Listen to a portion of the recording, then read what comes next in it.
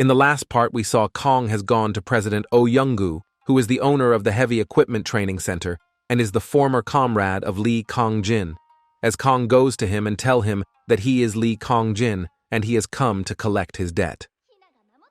President Oh Young-gu gets totally confused, and as Kong was convincing him to believe that he is Kong, President Oh Young-gu gets angry and punched at Kong's shoulder and said to him to go away when he is telling nicely, and he can tolerate everything, but he cannot hear anything foul about the deceased Lee Kang-jin or less, he will kill him. Kang said that it is hard to believe even for him, but it is the truth. By hearing this, Oh Young-gu starts to hit himself and said that he has gone mad and he should be death with Lee Kang-jin. As Kang sees this, he asks Oh Young-gu if he is planning to be death, without repaying the 100 million that he borrowed. By hearing this, Oh Young-gu gets shocked and asked him how did he knows it. Kang then said that he has heard from some kids that he has invested all the money and lost all of it. He tells Oh Young-gu that he will take the money gradually, and also tells him to give him accommodation and some pocket money. On the other hand, he can see the red-haired boy, and Min Jin is resting in their apartment, and in the meantime, their doorbell rangs. The red-haired boy gets up and opens the door and gets a heart attack by seeing Hwang Dong-yuk and his whole gang standing with hockey bats in their hand. Hwang Dong-yuk's members beat the shit out of the red-haired boy and make him fall unconscious. They also cornered Min-jun and also beat him up, but Min-jun also put up a good fight and knocked out some of them. Hwang Dong-yuk stands at the back and orders to quickly finish Min-jun. Min-jun said to Dong-hyuk why he has come here. Dong-hyuk stops him in the midway and said he is going to completely destroy him and his members. He then rushed towards Min-jun. Min-jun said, that why not have a fair fight? Both of their members will be at Bokcheon and fight one-on-one. By hearing this, Dong-hyuk brings out a knife from his pocket and cuts the flesh of both the arms of Min-jun's. Min-jun then sits down by holding the cuts in his arms. Dong-hyuk said that he is not a neighbor. Gangster who will act accordingly to his words, he cuts everyone and become the boss. Dong-hyuk goes completely insane, but he has thought of something very fun, so he tells Min-jin to gather all his boy and told them to come at Bukcheon today. Then, at night, we can see Mingu, who was unconscious in the hospital, has regained his senses. As he wakes up, he feels very thirsty and was going to grab the water bottle beside his bed. At the meanwhile, Kang has arrived there and takes the bottle and gives it to him. Kang then sits beside Mingu and said that as Mingu is the closest to him, and if they remain this close in the future, Mingu will have to face many problems because of him. By hearing this, Mingu gets shocked and tells Kang what the bullshit he is spouting. Kang replied that he is determined to stop all the children that wants to be a gangster like Min-jun. Mingu said that if he has gone crazy, he will get involved in a very big trouble. But Kong didn't take the works of Mingu and gets up from the sit by saying that Min-jun has probably sent all the hospital fees into his account. He also says that he has sent the settlement money and told Mingu to take rest and leaves. By seeing this behavior of Kang, Mingu starts to doubt him if he is the same Kang he used to know. As Kang was leaving the hospital, he gets a call from Song Hyun-soo, who is the member of Kang-jin gang. He tells Kang that he wants to meet him face to face. Kang too agrees to this and goes off to meet this person, named Song Hyun-soo. In the rainy night, Song Hyun-soo is sitting in the white car at a parking station. He calls Kang, but he didn't answer it as he was already behind the car. As Kang didn't receive the call, Song Hyun-soo starts to get angry. As Kang was getting closer to the car, he was thinking about who is this boy named Song Hyun-soo, because when he was the boss, there was no one of this name. He then gets close to the car and knocks on the window. As Song Hyun-soo opens the window, Kang gets a huge shock because this is the boy that killed him.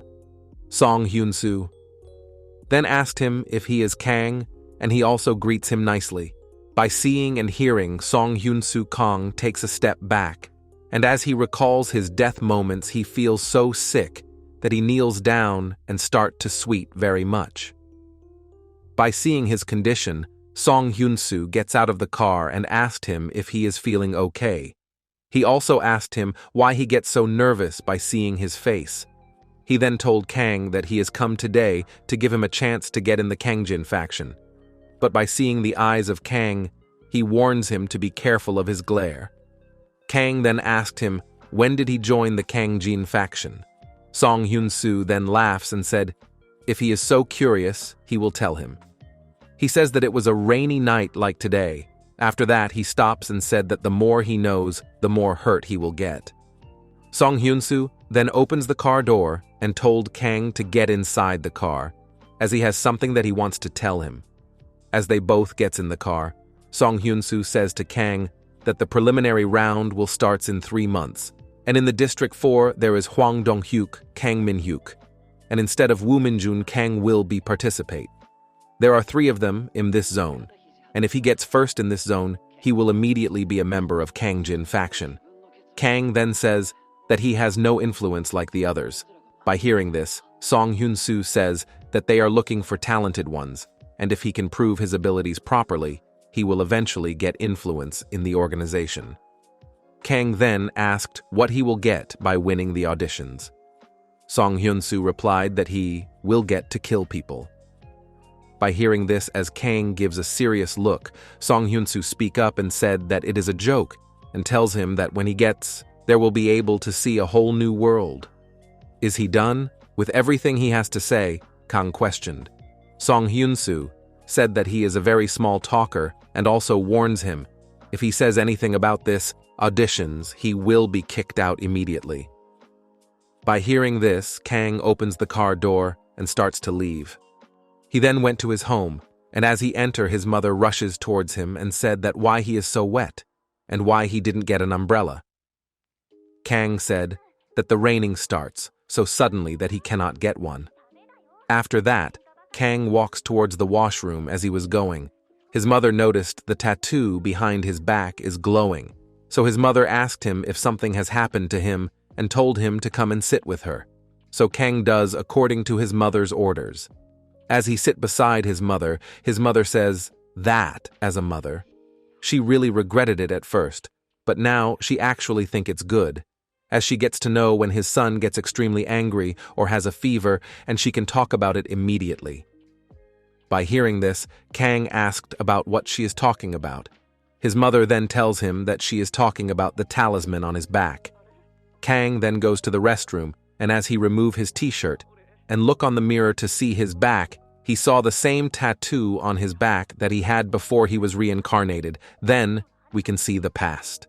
How Kang get this tattoo? This incident occurs 5 years ago.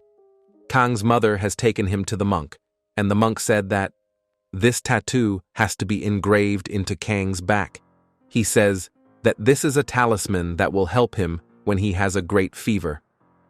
At first, Kang's mother didn't want to do this, but the monk scared her by saying that if it is not crafted now, Kang will be killed in the future. After hearing the monk's words, Kang's mother agrees to get the talisman on Kang's back. Back to the present, at the Bukcheon, Hwang Dong-hyuk has made Woo Min-jun hostage and called all of his members.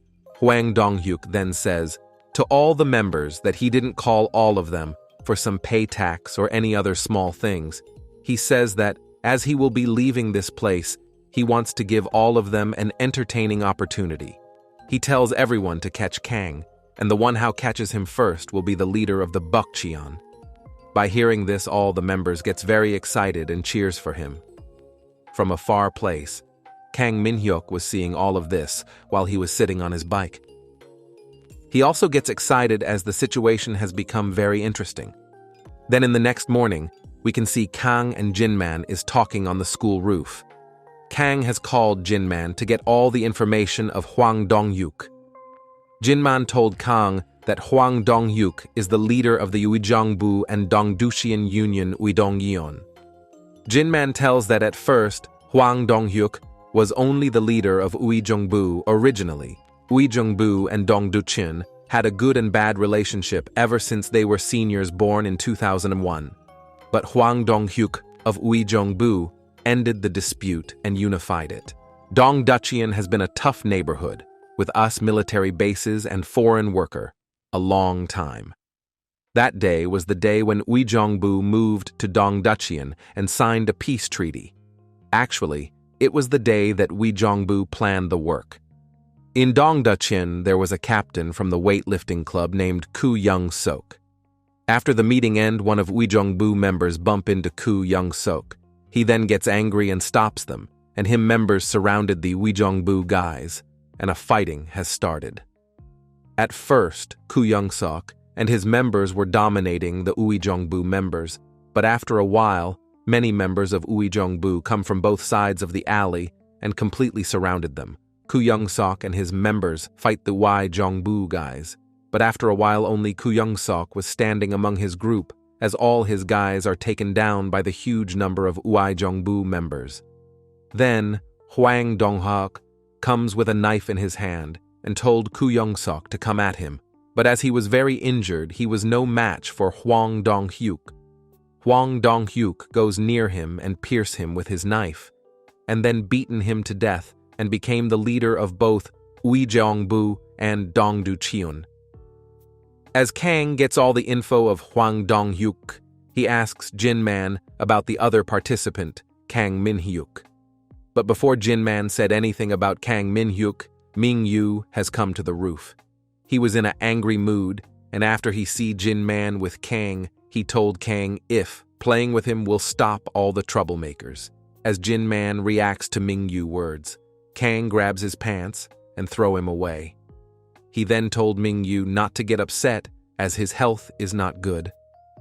But Mingu didn't hear Kang's words, and he grabs Kang's shirt and said that if he has forgotten the things that Jin-man has done with them, or after he has gotten some hidden powers, he is associating with trash like them, and if this is the reason that he has told him that if he gets involved with him in the future, he will get hurt.